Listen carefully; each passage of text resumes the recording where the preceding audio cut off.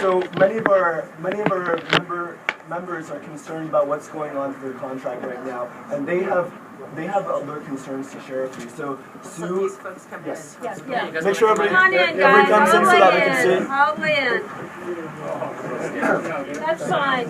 I'm not turning my back to you. Okay. Go ahead. Oh, so this is Sue Guest. What does that mean? She's the president of our chapter, and we've got people that are on our bargaining team, like Scott Hutchinson, Mike Porshane, and Margie. She's our chief steward. These are some of our members that have been on bargaining table for the county, and the county has delayed our contract. Our contract has expired for over 6 months, and they've been negotiating for almost 10 months, and they have all their concerns that they need to tell you about. So I'm going to leave it to them right now. Okay. Parents, we've been at this for 10 months, 24 sessions, and it's been non-movable.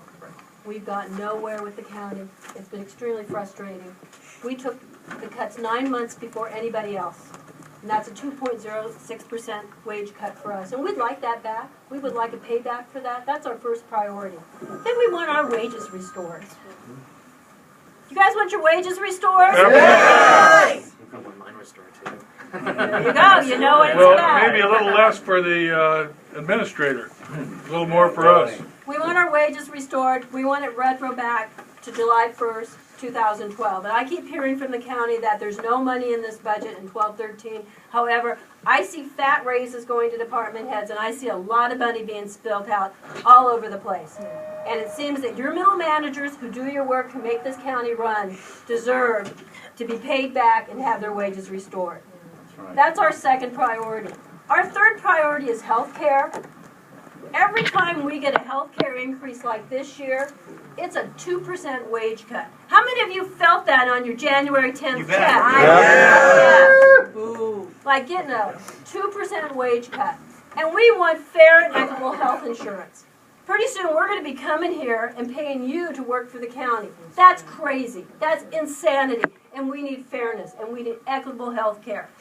Then there's many of us in here who are supervisors, and we're making less than the people we supervise. How nuts is that? That's crazy.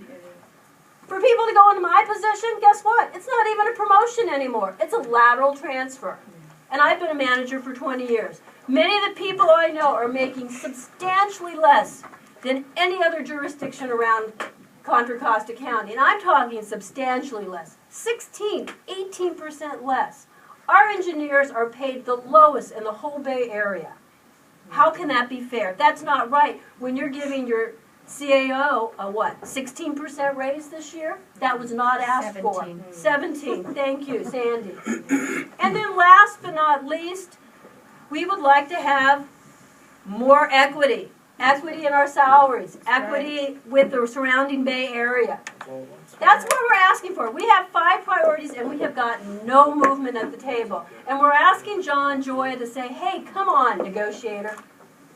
Treat us fairly. Treat us fair. That's Treat right. us fair.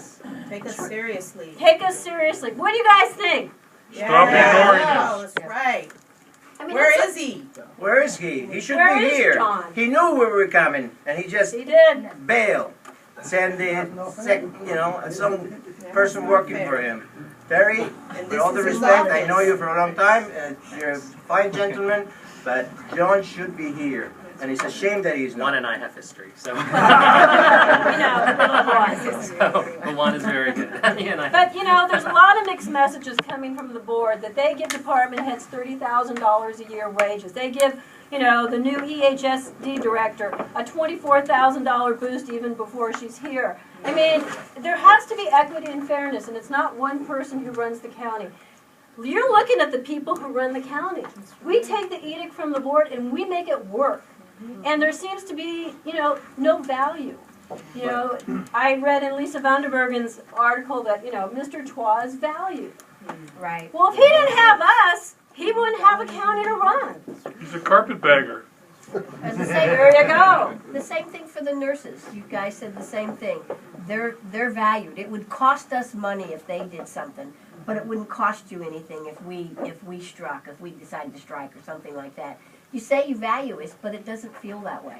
It doesn't feel that way. You negotiated with other unions and gave them more than you gave us. And You know- we went first. And we went first and we were lied to at the table. I distinctly remembering Mr. Twa saying to us that every other bargaining unit in this county would take the same. Would take the same. Shared sacrifice. Shared sacrifice. Did that happen? No, it did not. No, it did not.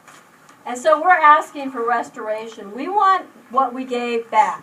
And we don't want it. We keep hearing, oh, well, you know what? You're going to get a pay raise 9 months before everybody else. I got to tell you, Terrence, I've got no trust right now for a negotiating team because all they've done is lie to us. And, you know, the proof is in the pudding. You guys have in our prior contract lied to us. How can we trust you that 9 months from now that you're actually going to settle, you know, with somebody else and we're going to be restored to what we lost? I have no guarantee. We want the wage restoration now. We want the payback now. We want health care to be equitable and fair and affordable. Right on. Affordable. And we want our salaries to be up to par with the rest of the salaries in the Bay Area so we can actually live. Right. It's a sad statement when we have members who qualify to go on WIC.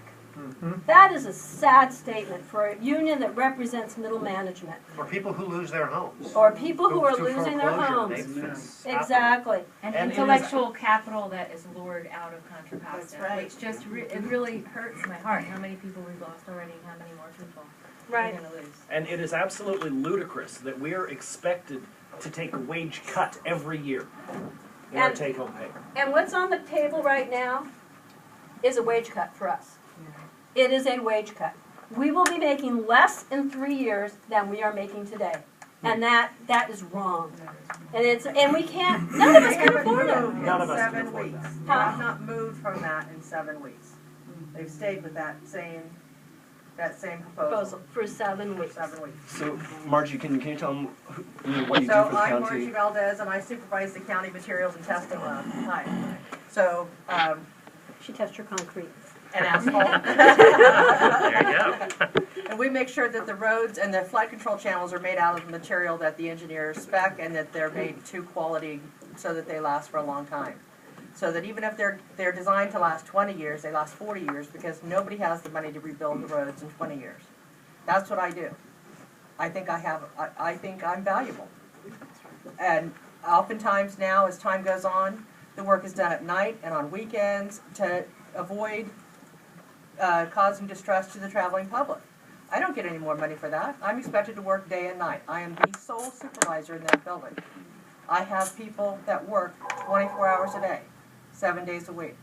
That's not fair. You don't require that of anybody else. That's not fair. And Margie's not a sole person. We have so many members who are doing 24/7 type jobs, that they don't get compensated for. And yet you have, in this county, 14 unrepresented management that got $750,000 in